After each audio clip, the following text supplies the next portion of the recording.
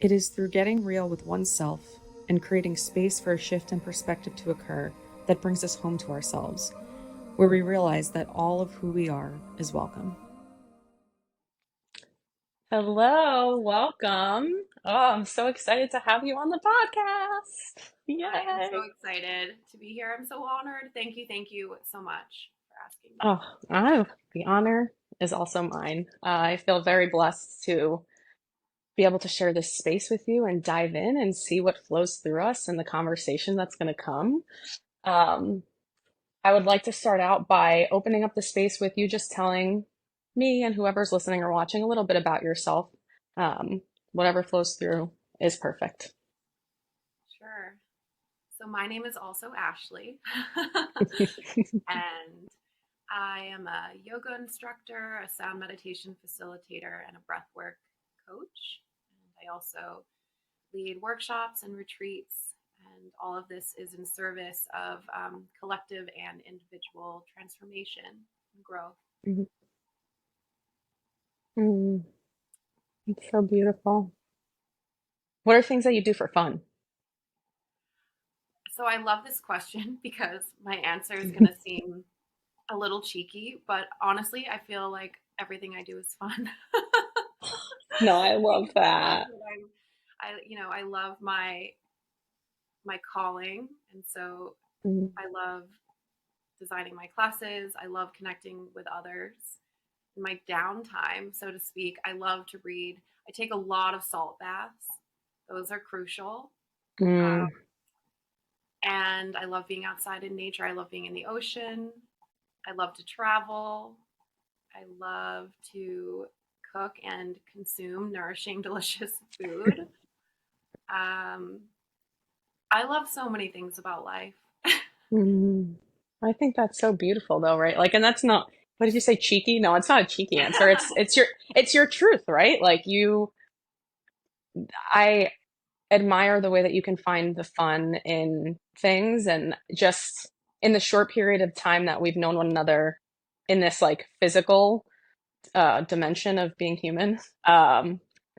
It's just, yeah, I felt that from your energy. So to give a little bit of a background for those that are listening or watching that don't know, Ashley and I met a couple of months ago at a retreat where the intention was to really build up more conscious leaders and hone in on our purpose and our mission and create really clear, actionable items to take from there. And yeah, it's just as soon as we met, it was kind of just like, oh, I think I know you. I don't actually know you, but I think I know you, right? And then we had the same name too, and I was like, uh-huh, It here we was are. soul recognition. It was like Yes, instant soul recognition, yes, which is that's exactly what it was. such a beautiful Um, gift. mm. And even you were not feeling the best physically at the retreat either, and so just but your essence, even not feeling super well, us, I don't think we had even a full conversation at that point, but just the energy that you carry, what you said about fun and just loving all of these things about life, like that came through without us even having talked. And so, yeah, I just want to acknowledge that because I think it's so beautiful, um, in general, and especially at a time where it can be really easy for people to let the darkness consume them. And, there's a lot of terrible things. There are a lot of terrible things going on around the world, and there's also so many beautiful things. And so I just really appreciate your appreciation for life. I think it's just, yeah, magnificent. And I hope that people can watch this and hear your voice and just be like, okay, like it's possible to do that and to see life that way. Oh, thank you so much for that recognition. And, Mm, the caveat along with that is that there was a lot of work that went into getting to a space where I really have a lot of access to a lot of joy, but it wasn't mm, without a lot of shadow and a lot of pain and a lot of mhm, challenge.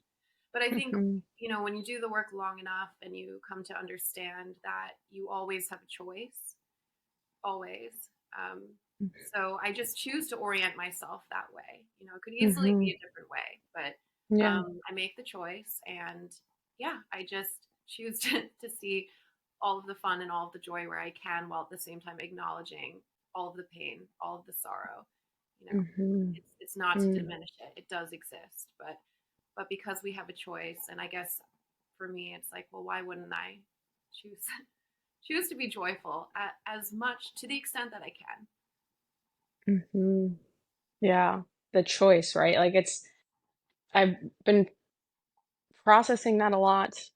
I've been journaling about that a lot. It's like these choice points that we have and playing around with the idea of free will and divine will and what's really like where is it that our choice, starts and God's will begins? Are they merged, Um, so it's just something I'm playing around with, but I do think that part of us being here as humans on Earth is the fact that we do have the choice. And even though, I do think there's divine orchestration and it's really beautiful, there are certain things where it's like in each moment we can make choices and it can shift things from one moment to the next. And so choosing to see the joy, and that's not to um disregard the shadows and the pain, like you said, like all of those things are there, but to choose to see the joy even in the face of that, I think is really beautiful and something that I have been consciously working towards in each moment. So thank you for being such a beautiful reflection of that. And it sort of leads me to this space. You opened up the space so beautifully without even knowing. So thank you. For me to ask you, like, when you hear all of you is welcome, that's the name of this podcast, right? Like, when you hear that, what comes to mind? What do you feel in your body when those words, all of you is welcome, when you hear those words? Yeah, that's a beautiful question. Mm. Before I answer, if it's all right, I just wanted to jump back and thank you for the reflection, but also to Mm-hmm. acknowledge that within you. And I love how you dove real deep right away into the Yes. contemplation of free will and destiny. I mean, talk about like that's, the one of the deepest places you can go. I reflect on this a lot, and I don't know that I'm really qualified to speak about it. Um, but there's something going on with both. I think we can hold both to be simultaneously true. We do have free will. There is a destiny. We somehow it merges in this trusting, not just Mm-hmm. of self, not just of the higher power, but in the interplay between them and how they meet. And I've heard it said before that humans are the point at which God and like the frontier of space and time meet. Like our window, Mm-hmm. the eyes through which we see the world are like that meeting point. And Mm-hmm. yeah, I mean, I could go on and on about that and maybe we'll revisit it. But to answer your question, I love the name of this podcast. I love what you're bringing in here. The first thing that came to mind when I saw it was I think about parts work, and having done that for a number of years and learning to, um, it's not, just to temper all of these different parts of ourselves, but to integrate them all. And how do we do that is by truly accepting and embracing and allowing them to dance together and have their little squabbles as they often do. But I think about Mm-hmm. that. I think about how there's so many, we are multi-layered human beings, multi-layered beings with a lot of texture, a lot of layers, and a lot of dimension. So when I hear the name of your podcast, it's like a beckoning, it's a welcoming to all of the dimension, every layer, no matter what Mm-hmm. it contains, because we are the sum of all of that, right? We exist as this continual unfolding. It's a continual process, but it's the sum total of everything within us, which is a vast universe that mirrors the cosmos and everything we've ever experienced in our life. So if it's all welcome, I think that's a beautiful thing. Mm-hmm. It's a gift. You're giving people a gift by inviting them and beckoning them to you in that way. Oh, I just want to receive that for a second. Oh, Yes, do. yes. The opening up the space with all of you is welcome, and hearing the way in which the different guests that have come on, everyone describes it in such a different way, and every time I'm blown away. Um, because we're all kind of dancing, we're all like doing the same dance, but just different variations almost, like saying, you know what I mean? Like we're saying very similar things. Um, and the way that you just described that, like, I don't know, I felt like my soul, like, I feel like you came into my body and were speaking through me or something, because it sounds so bizarre, but um, it's just the way that you just captured the essence of that is so incredible that I don't think I can really put it into words. Um, beckoning, like that, yeah, wow. And the beauty of it too is even as I sit here and like I'm the host of this, right? So I'm just like, and I fly by the seat of my pants. I don't know. I'm glad it's going well. Um, You're doing but it. I have these moments where I'm like, it's like I almost come outside of myself. And hearing you say that, I was outside of myself as it was like you were speaking to the depths of my soul. So thank you.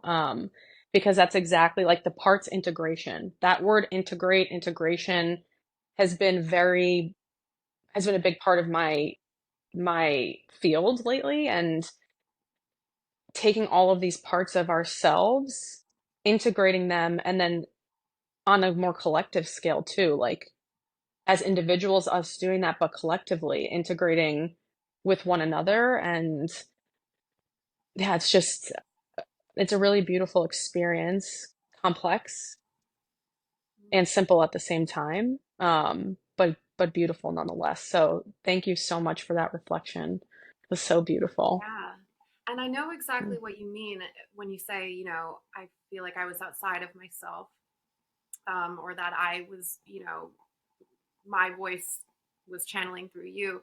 I think it's more so because there is a point at which speaking to this work, language fails us. I mean, language is Hmm. clunky in and of itself. Yeah. And so Hmm. I think that's why when members of the soul family meet, because we're already at a resonance, there's a lot that you and I can communicate about that even can be nonverbal. And what you just said is like an example of how what you're bringing here with your podcast and me reflecting that back to you is a transmission that's energetic. And, Hmm. I'm attempting here to give words to it in the best way that I can, or, you know, to the extent that I even have words available to my consciousness. But what Hmm. all we're ever doing when we're talking about stuff like this is like dancing around the actual essence of the point we're trying to make because it's nonverbal. And like all Yeah. of the parts that make up ourself, it's fun to talk about because our mind really loves to analyze and categorize and break it apart. And it helps us understand what is this really highly intricate, ever changing, ever unfolding organism, right? In every moment. Like in this moment, Hmm. I'm very different than I was a moment ago, somehow. So we're really only ever talking around it. And Hmm. we can consider ourselves maybe not lucky, but it's a gift when language does come through in some way and lands and resonates. Because I believe, Hmm. you know, finding language to talk about this will always be, it's going to be an ever unfolding process of like honing in on and capturing the essence of what it is we're trying to describe that is ineffable. Like in and of Hmm. itself, there are no words for it. Hmm. Hmm. Yeah. I've been finding more and more that I'm like I'm struggling to find words that really capture the essence of what I'm feeling. And you said it just really beautifully about, like, especially when you have soul families, souls that are connected through time and space. It's like these transmissions can happen without the words, and we're putting words to this stuff for other people, that are listening or watching. Uh, and sometimes I observe some frustration where I'm like, these words are not doing this justice. Like, this does not even feel or sound right. And at the same time, along with the frustration, there's this appreciation that we do have language to capture things so that we can communicate with others, because not, I don't think every single individual on a like me and you, yes, we can, I'm sure we can talk and or not speak and be able to communicate things. That may not always be the case, and so that's where the words come in, um, which I think is fascinating. And they carry so much energy too. And so it's just taking all of these different variables to then form the language, and then to communicate something that you're feeling is both challenging and fascinating to me. And it's part of, I feel like part of my gift and part of my purpose is being able to capture that through words, which is why I'm here doing this, why writing is so dear to my heart. Um and then also recognizing sometimes there are no words that need to be said, and you can feel it through, you say something, and like for me, I just like, I usually put my hand to my heart, which I did, and I just take a second. My skin, like, I'm very red. That's, my body is like, I don't need to communicate. My body's communicating for me. I'm excited. Like, that's how it's showing. I used to think it was like nerves, and then I'm like, wait a second, nerves and excitement are very close to one another. So now I'm just like, I'm just excited. I'm not nervous at all. I'm just amped to be here, and my body will will tell everyone whether I want everyone to know or not. So just, just the subtle ways in which we can communicate without actually using words. I love But that. yeah, I have to call. I was like, I noticed. I was like, wait, I'm not wearing a turtleneck, am I? I was like, no, that's just my skin. Oh, it's funny. It's just funny to me. I've had people like stop me during presentations because they were like concerned for my health and well-being because of my, like, what happens, and I'm like, oh no, I'm chilling, I'm good, it's all good. Just a little Yeah. bit hot under here, but we're good. That's amazing. That's amazing, incredible instant feedback. Oh Yeah. yeah. And it's something I say it like, I think on my intro episode I said it. I was like, I might turn red and well, and whatever, and I'm like, but if people don't listen to that, I don't want, and they don't, if they didn't see that, I don't want them to be worried about me. So I just, aside from using it as the example here, I also want to like just let people know I'm okay. It's Yeah. all good over here. Okay. I'm glad to know. And I think, yeah, the soma is really, I'm just reaching for my tea. Oh, Um, you're good. I guess my way of nervousness too. I get like thirsty. Oh, I'm the same way. I need to like take a But sip. I have like my water here. I'm like, you are here just in yeah, case I need you. I mean, I think Um, that was beautifully said. And what came up Thank for you. me was, um, let me gather my thought. Yeah, just how difficult it is to describe things. And I feel challenged by this on a daily basis. And my first love has Mhm. always been writing. And Mm. so I love the written word. I love poetry. I love it. I just love it so much. Have a lot of passion for that. But recognizing in this work, exactly as you said, sometimes there are no words, and Mhm. that's where space is really valuable. And I'd encourage anyone listening to right now to just recenter themselves if they feel like they've gotten away, and to notice how they feel, even as we're having this conversation, seeing what Mhm. resonates and what doesn't, and just noticing, like, what were the words that resonated, because it's just a starting point for further self discovery, Mhm. understanding Mhm. what resonates with you. And then beyond the word, it's like, what was the feeling, or what can you identify what energy was being transmitted when you had a response? And giving yourself the Mhm. space to like keep witnessing yourself, witnessing the response, recentering. That's kind of all what this is too, especially when we seek to learn from others, to connect with others, and to dive more deeply into our own Mhm. introspection. Mhm. Yeah. Thank you for that reminder for myself too. And yeah, for anyone listening, especially in this space here. I hope that people feel safe and they feel seen and feel heard. And I also recognize that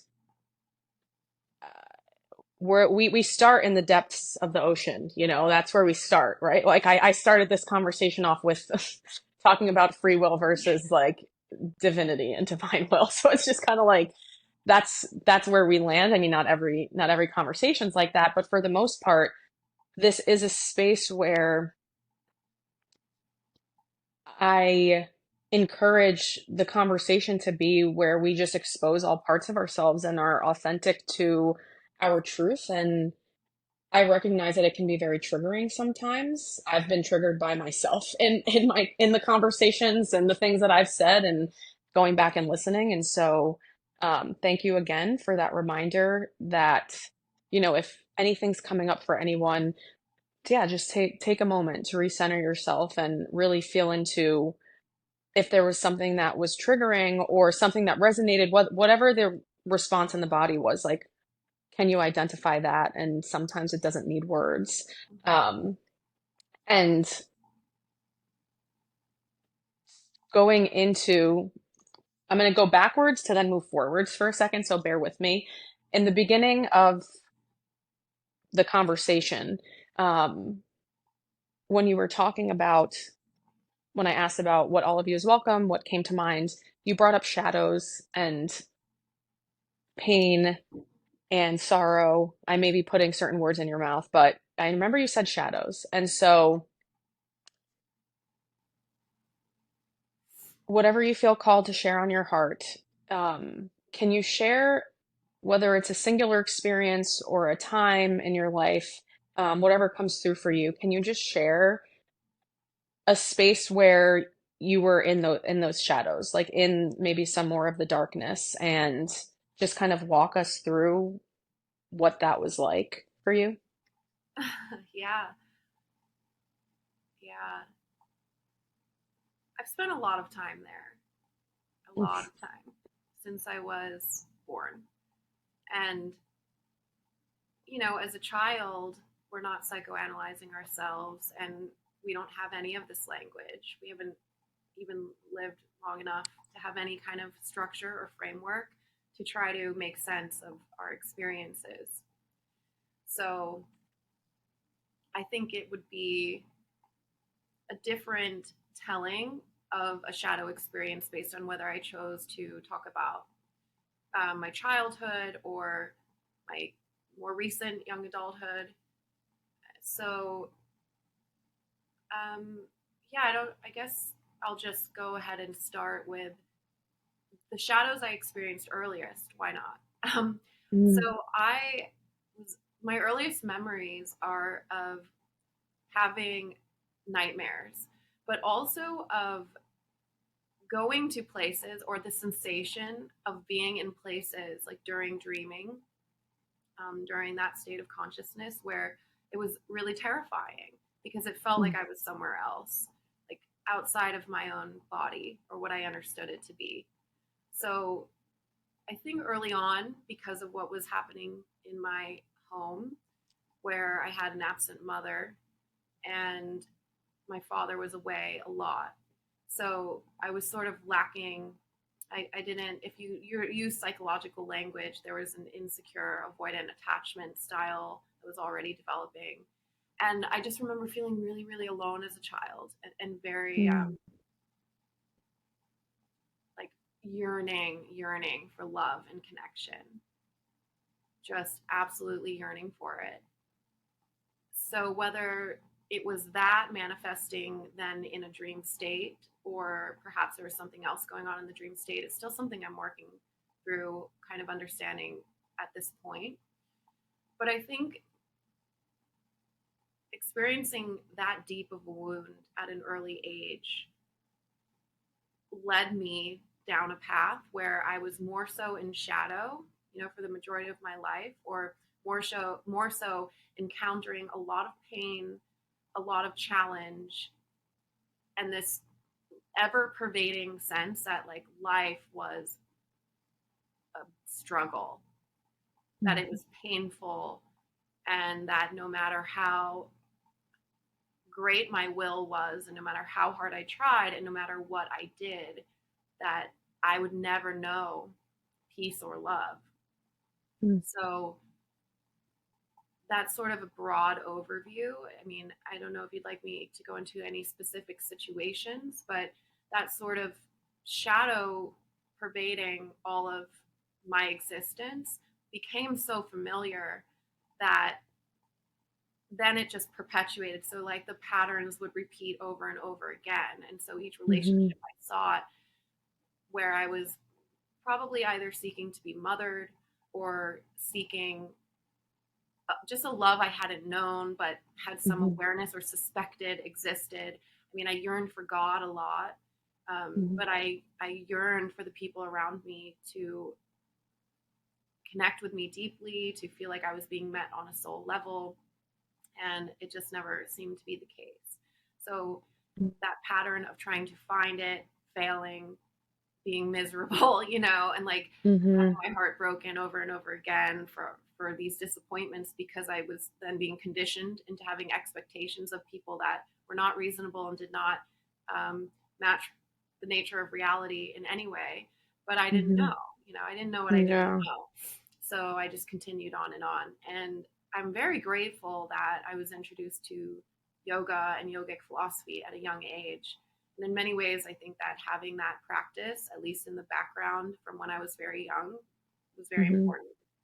And Mm. makes sense now looking back to how I was able to dig myself out of a very, very dark, cave in my later 20s, early 30s, to Mhm. then, what we would now, I think, in um, most recent or common language say is like an awakening to where I am now. So I Mm. could kind of point to that as being something that I'm just so grateful to have always had to temper some of this sort of Mm. ever, what felt like was ever present sort of pain and shadow. Mm. Thank you for sharing that and being so vulnerable. Oh, I appreciate you willing to go to that depth. You know, Going back to childhood, I feel for a lot of us, that's where most of our pain points stem from. The trauma begins there even before we're born. For most of us, and not all. I don't want to speak in absolutes and for everyone. And to have walked through that as a child to through your adolescent years, through your teen years, through your young adulthood, and having that carrying that weight with you through those times, and kind of watching how it was showing up in your life through these relationships, and then to witness where you are right now, I think is such a testament to your healing and the choices that you've made to lead you to this point. And I think it's just, yeah, I just am in awe of you in this moment. Because that's not easy to do, right? Like, we're in these, coming from a space where there are very traumatic childhoods, not everyone, not everyone shifts out of that space. And so I want to acknowledge that as well. That number one, it's possible. It is possible to shift out of that, and it's not always pretty. For me, it was literally crawling out of a really deep, dark hole that felt like there was no end in sight. I could see a light very far away, and it felt like the more I climbed, the further it got. And then eventually I was like, oh wait, I see sunlight through the blinds. We're here, you know. I mean, there were steps in between that, and lots of pain points in between. All of that just to say it's possible. And recognizing and holding space for the people that may still be in that darkness and may still be trying to climb their way out of it, you know, just whoever they are. And I'm also hugging little Ashley right now, your little Ashley and my little Ashley, but yours right now. You know, just giving them hugs, you know, and hugging anyone that needs it and letting you know that you're not alone. We are here. We see you, and um, it is possible. There is hope, you know, and just keep climbing your way up because at some point you will reach the top and there will be light if you choose to continue. So, yeah, just that was like a sidebar, but just thank you for Oh, sharing thank that. And you. yeah, That's beautiful. And I'd like to jump off on that because, of course. you know, not only is healing possible, but the more that you can trust, the more Hmm. probable it is. I mean, Hmm. I got to a point where I was suicidal, and the the light, you know, that I'd always had within me that kept me going and kept me kind of continuing to believe. And you know, this was part of my mind entering in, was just like, well, if you perform well enough in school, or if you do this, you know, it had the right intentions. It was like trying to get me to this place and was trying to keep me optimistic, but there was a light still there within me. And the closest I ever had to it coming out was really, really bad. And I was very close to allowing it to be snuffed out altogether. Um, the darkest sort of place I think for any human to be is without hope. And I got very close to believing that I was just taking up space, and that, you know, I tried my best, but like, I don't know if this is it for me. You know, it just doesn't Hmm. working. I don't Hmm. seem to be doing any good here. And so, you know, that would be an example of a rock bottom or a tower moment, right? And I don't think every human being who has had pain and struggle, no matter what their trauma is, has to reach necessarily has to reach it in such a dramatic way as I Right. did. I mean, my, Hmm. you know, that time in my life was not graceful, and it was very chaotic. And I made a lot of decisions that invoked a lot of shame. That then I had to spend years, you know, working with that Hmm. emotion of shame, and learning what it meant to, like, what kind of shadow that is. Really pervasive one. Very, that one really gets into your bones. So a lot of work was done around shame. But this is all to say that continue to trust in yourself, and to trust whatever little glimmers that show up in your reality, whether they're synchronicities, whether it's a smile from a stranger, whether it is a hug from a friend, whatever little glimmers, allow them to soothe you and to give you hope that there are more glimmers on the way. So continue. Yes, I would say, I would echo what you said, is that do not lose hope. There's Hmm. no there's no need to lose hope. The light is always there. It's always Hmm. there. You just have to find your way. And Yeah. every single human is going to find their way in a, in a way that's unique to their, you know, soul signature, their core frequency, their personality. It's all very unique. It's all different. No Hmm. one's journey, no one's path is the same. So it Hmm. doesn't have to look like anyone else's. Yeah. No, yeah, it's just, yeah, you're mirroring a lot back to me right now. So I just am just processing. I shared in one of my earlier episodes, the episode I did by myself, my experience too with coming very close to putting that light out. And it's, I appreciate you saying it doesn't always have to, it doesn't have to get to that place, right? Like, and it doesn't get to that place for everyone, and I'm so grateful that it doesn't. And the other side of that is, for a lot of people it does. And that hope, that moment, the moment right before that decision, like the choice is made, I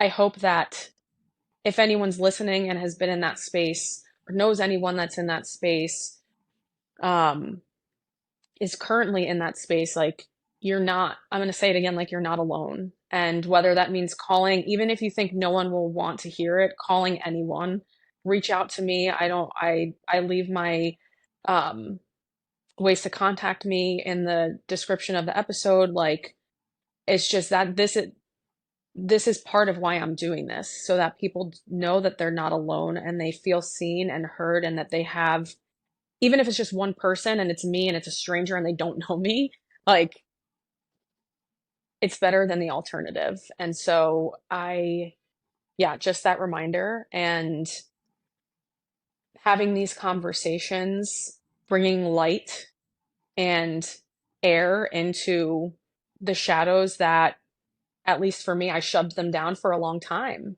And I think that is, there was a culmination of things that led me to that point of, do I continue down this path? Um, and do I continue down this path on this journey, or do I not? And if I do, things have to change. And so that began, and you said, you alluded to it. You said an awakening, right? And I use that language too, of having this awakening. Really, what that means for people that may be like, what does that even mean?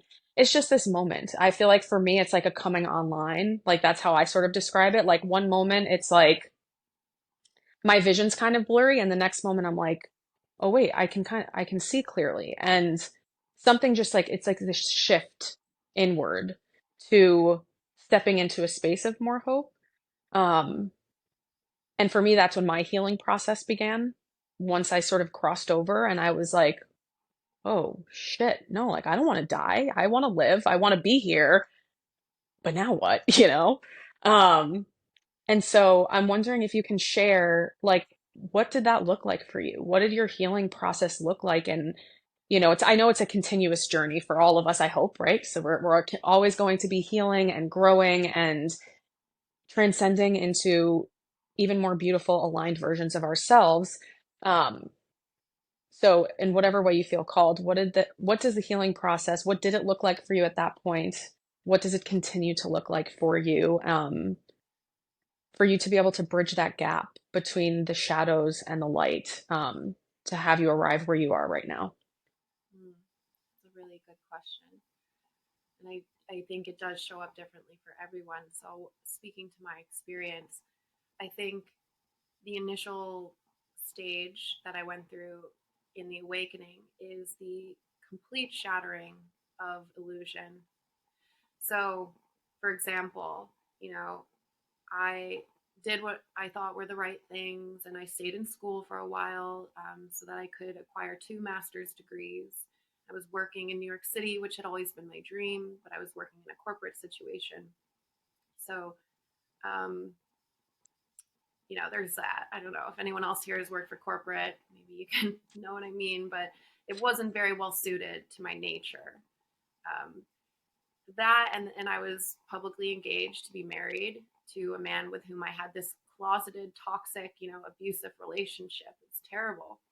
So from the externally, I had done the thing and like achieved some degree of worldly success. And I really say that humbly, like some degree, you know what I mean? Like we had a house and my parents were pleased and, we had a big group of friends, but my soul was undernourished is an understatement. It was Mm. really like that light, yeah, slowly being snuffed out. And so the first thing is that, I had a lot of resentment for this person, my partner that I was with at the time, who was controlling and domineering and, didn't get me. And so, it was just unsustainable.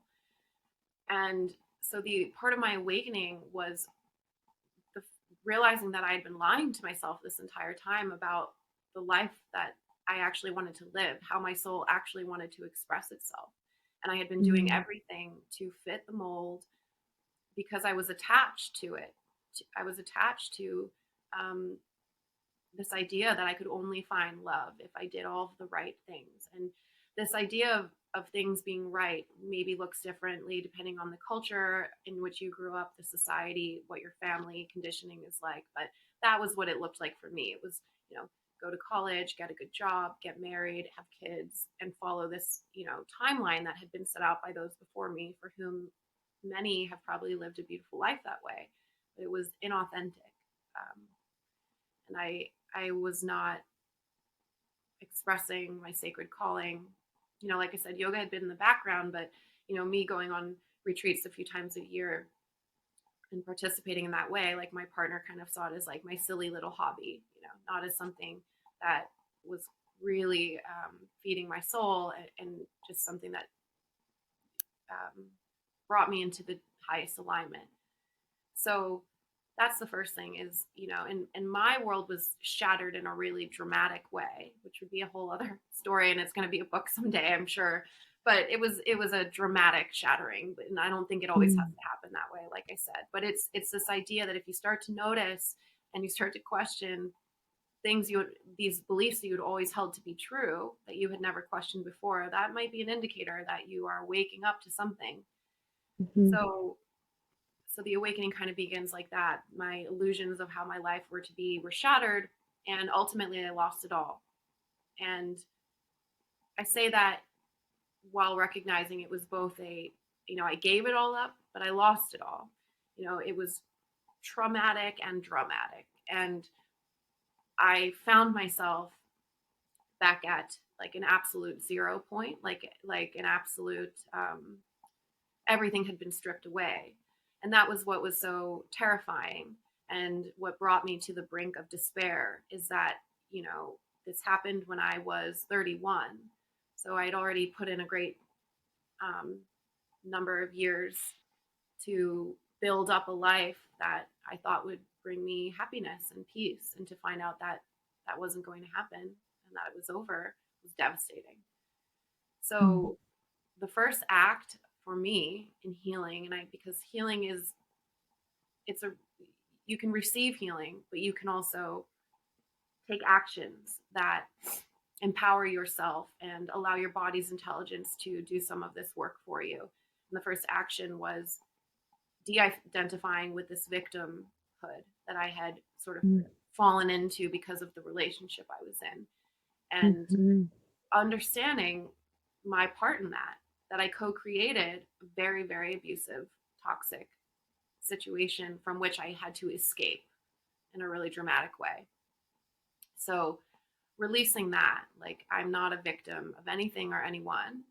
Um, yes, there was bad behavior that occurred, and yet I, I was there and I stayed, and it happened. So kind of like now what?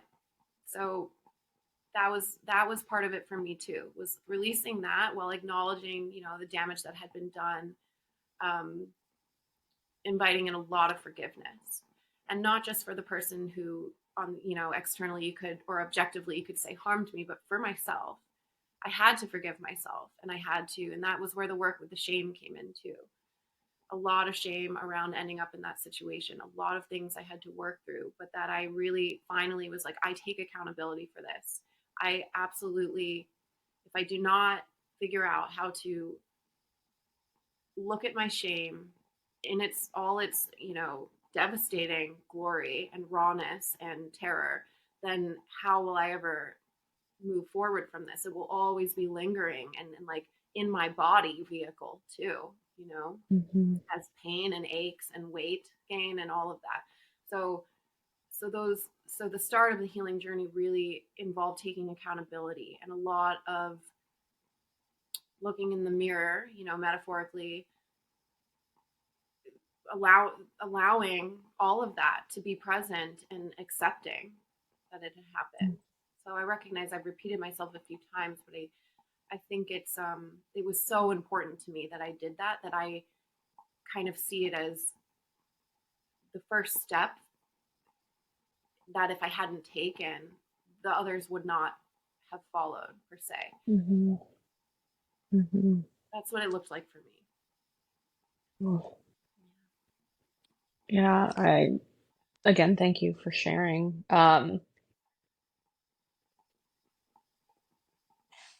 It's it's just so my mind is live time attempting to process what you've walked through and just talking to you and knowing you at this stage in life. And I don't know all the intricacies and the details of your journey. I look forward to learning them and getting to know you even more deeply. And even having that glimpse of the things that you've walked through from like as a child until this point. Yeah, just witnessing you sitting here and just the work that you do for yourself, with the community, for others, like it's just really incredible. And to to think it started with that choice of I am not the victim, even though you were in a space where objectively you were um, in that relationship, and but also acknowledging, okay, what are the choices that I have made to bring me to this space, and how was I co-creating this experience? And I may be speaking, I'm definitely speaking from my own experience, um, without knowing all the details of your relationship, having been in I wasn't engaged, but having been in a similar experience where I was in a very toxic, mentally, emotionally abusive relationship, at two different points in my life, one at a younger age and one into my adulthood. And so, yeah, I really resonate with making that decision to be like, this is something that's not right here. Like, this is the life that everyone else told me I should be having.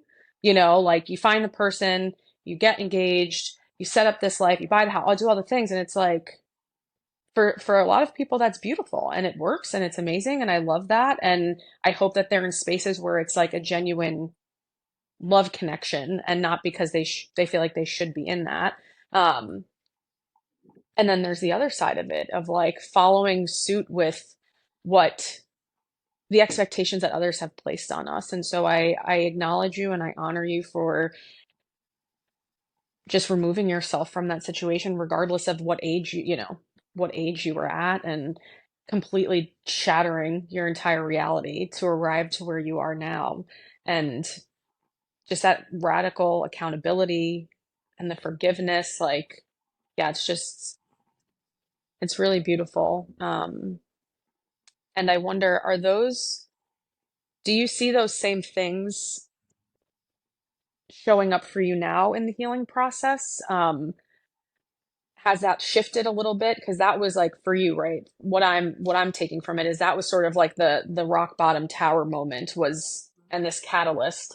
Um, and now you've arrived here. Do you find, the accountability, the forgiveness, the acceptance, like are those things still part of the healing process? Has that shifted at all? Um, yeah. Yeah, absolutely, it is.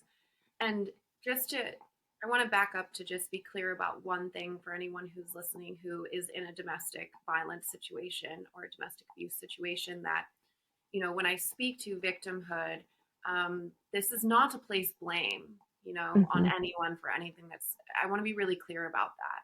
It's really clear that we do not place blame on victims. Um, it's what I'm really more so trying to communicate is that, one, know that you can remove yourself. Okay. That's the first thing. And there's to seek out support, allow, receive help if that's what you need. And then once you're in a position to feel more into yourself, you've had space, you're not in fight or flight, your nervous system isn't haywire, if you've learned how to regulate it a little bit, that's where that recognition comes in, is like, okay, well, now what? And that's what I mean when I say to drop the victimhood. This isn't about blaming self, it's about empowering self. And Mhm. that is what accountability does. And that is what forgiveness does. I mean, that's what Jesus talked about, is forgiveness. So Mhm. you forgive those who have wronged you, and you can, put whatever words to it you like there, that adage that, ignorance does breed violence, and ignorance breeds evil, if you want to use that word. But whatever it is, then you're left with yourself to be like, okay, well, now what? So yeah, continually as you heal, you will be revisiting forgiveness again and again, and accountability. It's just going to show up differently. It might not be as painful as you move along as it was initially, because my first encounter with having to forgive myself was after this really, I had already had a traumatic childhood leading up to this, which is part of probably how I ended up in this position, right?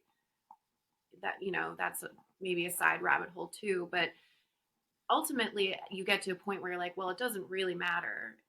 It's like, how do I give myself what I need? How do I also allow my soul to heal? Because that's what it's always going to want to do. Your soul wants to heal and grow and evolve, and your soul is Mhm. what has pushed you forward to this point. If you have survived anything um, like this, or less dramatic, or more so, there's a whole spectrum of which human beings are vulnerable to and experience trauma.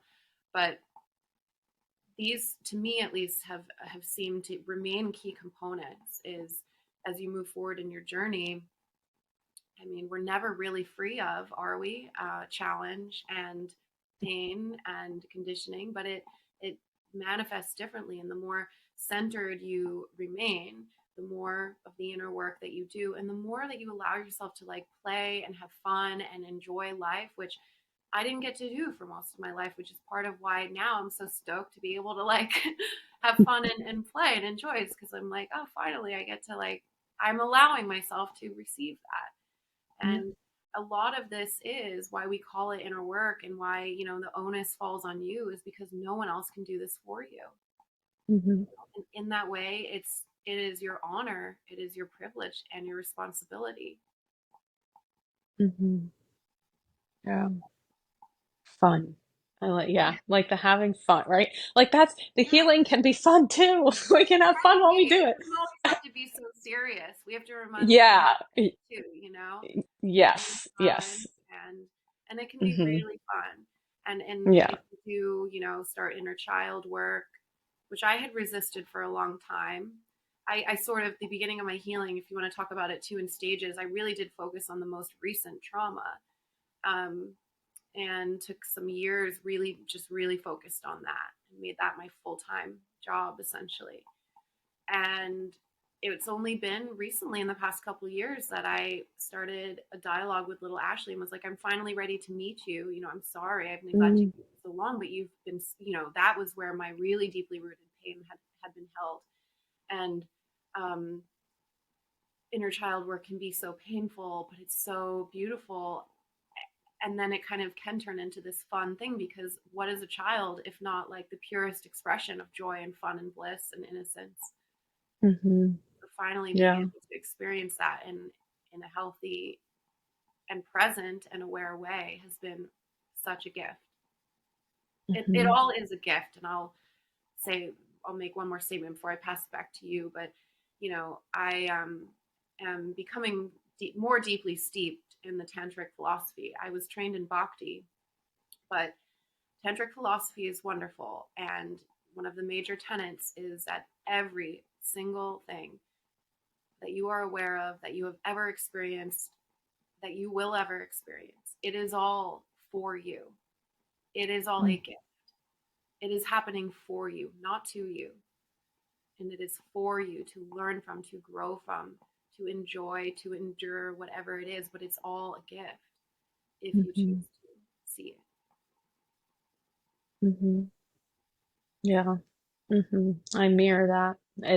It's only been within the past couple of years that I've began to shift my perspective to that philosophy of it is happening for me, not to me. And it, I remember the first time I heard that, I was just angry. I was like, what do you mean? This is for me. Okay. And then I started going through all of the trauma, everything that I had been through up until that point. I'm like, this is a load of shit. Like, I don't buy it. And then I'm like, okay, wait a second. Like, and then looking at the other side of it, and that I also too is it's probably like a whole separate conversation, but really diving deep into the healing. And I also had resistance to the inner child stuff for a very long time. But going through therapy and my own healing journey to arrive at the place of like, okay, like I actually can see that. I can see that point of view where it is for me, all of it. And it all just is, whether we want to label it good, bad, negative, positive, traumatic, ecstatic, it also strip all of that away, and it can just be.